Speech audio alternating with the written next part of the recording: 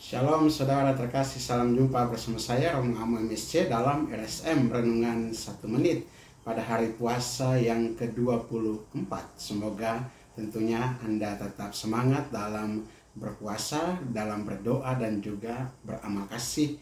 Terutama di masa Prapaskah ini lebih mendekatkan kita dengan Tuhan dan sesama dalam melaksanakan atau mengisi masa Prapaskah ini dengan hal-hal rohani yang menolong kita untuk lebih dekat dengan Tuhan dan sesama.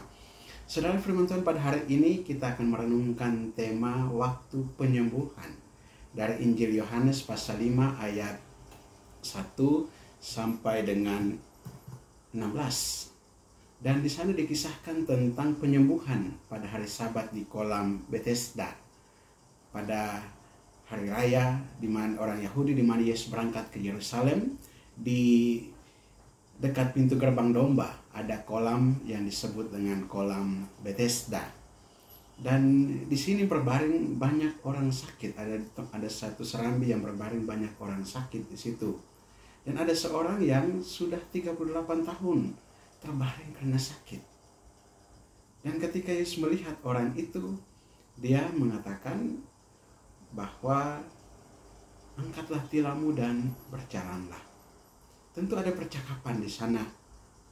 Tapi hal yang penting untuk kita di sini adalah bahwa penantian selama 38 tahun. Suatu penantian yang tidak gampang. 38 tahun orang ini menanti untuk sembuh. Bisa pergi ke kolam Bethesda, menceburkan dirinya ke dalam kolam dan bisa sembuh. Tetapi dia selalu terlambat. Dan dia tidak pergi dari situ selama harapannya akan sembuh itu masih ada. Dan inilah satu kekuatan. Kekuatan untuk sembuh. Mengharapkan kesembuhan. Barangkali juga dia putus asa. Barangkali juga dia tidak tahan lagi. Barangkali juga dia mengalami tekanan yang begitu berat dalam hidupnya. Karena sakit yang dideritanya. Karena semakin dia tertinggal ketika orang lain duluan untuk masuk ke dalam kolam, ketika ada di dalam kolam itu berguncang. Saudara, Yesus melihat betapa susahnya orang ini. Dan akhirnya Yesus menyembuhkan dia. Dan di sini kita melihat bahwa penyembuhan jenis ini, tentunya ada beberapa jenis di mana orang disembuhkan. Ada orang yang karena imannya lalu dia disembuhkan. Ada orang yang karena iman orang-orang di sekitarnya lalu dia disembuhkan. Tapi juga ada yang karena iman dari pelayan rohani. Dan orang itu disembuhkan. Dan mari kita mendukung semua karya untuk penyembuhan. Dimanapun.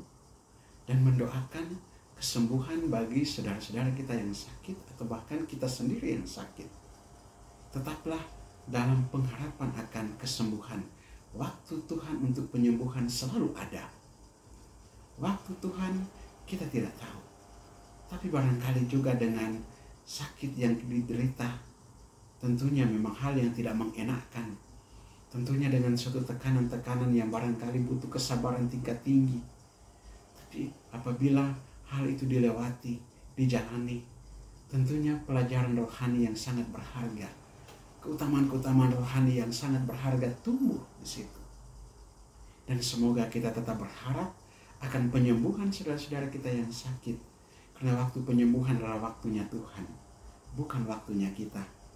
Dan juga melalui karya-karya Tuhan, pekerjaan-pekerjaan Tuhan, dalam peristiwa-peristiwa yang kita alami, baik dalam suka maupun duka, dalam sehat maupun sakit, Tuhan tetap berkarya untuk menunjukkan kuasa-Nya.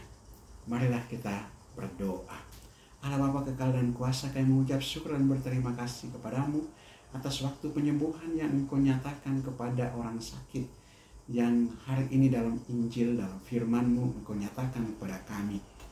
Sekalipun itu pada hari Sabat, tapi belas kasih-Mu lebih tinggi daripada hukum Sabat itu. Karena Yesus Putra-Mu adalah Tuhan atas hari Sabat.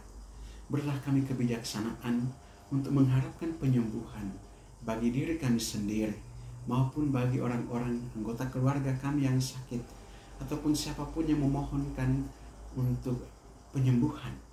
Tuhan, perhatikanlah iman, pengharapan dan kasih mereka. Dan kiranya berkat campur tangan-Mu, waktu penyembuhan yang Engkau nyatakan bagi mereka sungguh-sungguh terlaksana. Kuatkanlah kami dalam pengharapan ini, ampunlah dosa-dosa kami, dan semoga kami senantiasa dalam pengharapan akan penyembuhan, dalam pengharapan akan karya-karya belas kasih-Mu, sungguh-sungguh senantiasa memberikan kekuatan bagi kami sekalian, dan juga semoga karya-karya belas kasih-Mu terus mengalir di tengah-tengah dunia ini, dan tetap mewartakan karya kebaikan-Mu di tengah-tengah dunia ini. Demi Yesus Kristus Putra-Mu Tuhan dan Juru Selamat kami yang hidup berkuasa bersama Dikau dalam persatuan dengan Roh Kudus Allah sepanjang segala masa. Amin. Berkat Allah yang mau kasih turun nanti ke atas saudara sekalian, Bapa dan Putra dan Roh Kudus. Amin. Saudara terkasih, apabila Anda berkenan dengan renungan ini dan belum subscribe channel ini, silakan Anda subscribe dan klik tanda lonceng untuk mendapatkan update renungan ini setiap hari. Dan bagi saudara-saudara yang Anda memasukkan wujud-wujud doanya, silakan juga menuliskan pada kolom komentar channel ini. Saya bantu dalam doa-doa saya. Bagi saudara-saudara yang hendak memberikan apresiasi ataupun menuliskan komentar, catatan, masukan, silakan juga dituliskan pada kolom komentar channel ini. Ataupun membagikan renungan ini kepada saudara-saudara kita yang lain, silakan dibagikan agar juga menjadi berkat bagi mereka. Tetap semangat dalam berpuasa, dalam berdoa dan beramal kasih di masa Prapaskah ini. Tuhan memberkati.